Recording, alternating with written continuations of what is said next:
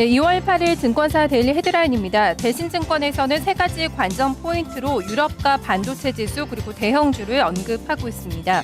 이어서 대우증권에서는 중국 소득 분배 정책과 주도주의 전환 가능성을 보고 있고요. 구국증권입니다. 글로벌 경제 이벤트에 주목해야 할 시점이라고 강조했습니다. 삼성증권에서는 코스피 조정이 두렵지 않은 이유에 대해서 설명하고 있습니다. 네, 다음은 신한금융투자입니다. 주식 들고 고향 가자 이런 헤드라인을 달고 있고요. 우리투자증권에서는 설 연휴 이후 우려와 기대 요인에 대해서 점검을 하고 있습니다. 한국투자증권에서는 역사적인 신고가 종목들에서 얻을 수 있는 힌트를 좀 얘기해주고 있고요. 한양증권에서는 지금 시장에 뚜렷한 변화가 없다. 다음 주 G20회의에 주목하자고 조언했습니다.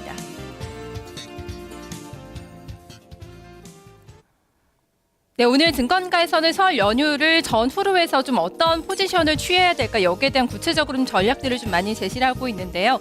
먼저 신한금융투자의 리포트 내용 확인하겠습니다. 주식을 들고 고향을 가자 이렇게 얘기를 하고 있는데요. 최근에 2월 위기론이 부각이 되고 있고 환율 변수 등 불안 요인이 산적을 하면서 주식을 좀 들고 계속해서 대응을 해야 될까 좀 비중을 줄여야 될까 여기에 대한 고민이 상당히 깊어지고 있는 시점입니다. 결론적으로 얘기하자면 신한금융투자에서는 비중을 줄일 필요가 없다. 계속해서 비중을 유지하자 좀 이런 의견을 내놓고 있는데요. 거기에 대한 근거들을 함께 좀 설명을 해주고 있습니다. 일단 명절 이후의 영향력이 좀 변수들에 대한 영향력이 대체로 우호적으로 전개가 될 것이다. 이런 판단하에서 오늘 이렇게 전략을 주고 있는데요. 이번 설 연휴가 좀 땄습니다. 그렇기 때문에 이전보다는 좀 불확실성이 크지 않다는 점을 첫 번째 이유로 언급을 해주고 있고요. 두 번째로는 우호적인 이벤트들이 줄지어 예정이 돼 있다는 점 언급하고 있습니다. 특히 이 국내 설 연휴 기간이 중국에도 춘절과 맞물리고 있습니다. 그렇기 때문에 중국 소비 확대에 대한 기대감 계속해서 주식시장에 우호적으로 작용할 것으로 예상을 하고 있습니다. 여기에서 이제 IT와 금융 쪽, 음식료품 업종, 중국 소비와 셰일가스 관련 종목에 집중적으로 투자를 하자고 얘기하면서 섹터 전략까지 함께 제시하고 있습니다. 네, 이어서 한국투자증권의 리포트입니다. 역사적인 신고가 종목들에서 얻을 수 있는 시사점이라는 제목을 붙이고 있습니다. 현재 뱅가드와 엔저로 인해서 이례적인 세계 증시와의 디커플링 현상이 진행이 되고 있는데요. 이제 여기에서 중요한 것은 이 조정 국면을 어떻게 활용을 할 것인가 여기에 대해서 물음표를 달고 있습니다. 여기에서 이제 좀 전략을 주고 있는데요. 중기적으로는 글로벌 경기 우상향 기조가 좀 진행이 되고 있다는 측면에서 국내 증시에서도 지금 현재 구간의 저가 매수의 기회로 포착할 필요가 있다는 시각을 나타내고 있습니다. 여기에서 역사적인 신고가 종목에 포커스를 맞추는 것도 대안이 될 수 있다 이런 얘기를 해주고 있는데요.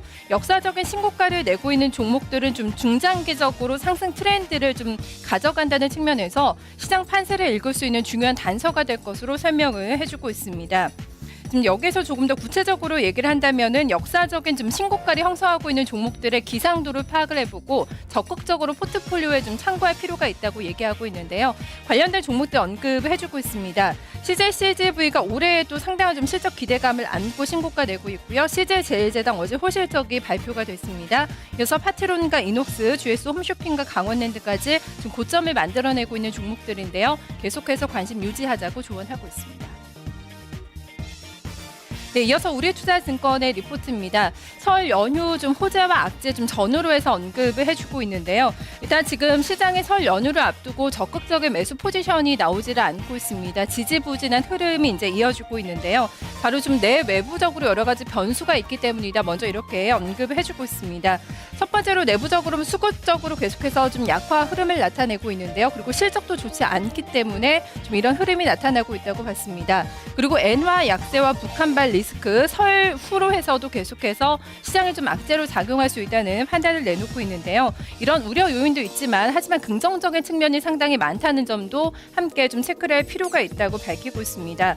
최근에 미국 쪽에서도 그렇고 지표가 좀 잘 나오고 있는데요. 경제 지표가 호조가 되면서 경기 회복에 대한 기대감 계속해서 작용할 것으로 예상을 해주고 있습니다. 특히 다음 주까지 이제 예정이 되는 미국의 지표들 계속해서 개선될 것으로 현재 전망치가 나오고 있는데요. 이런 부분을 좋게 봤습니다.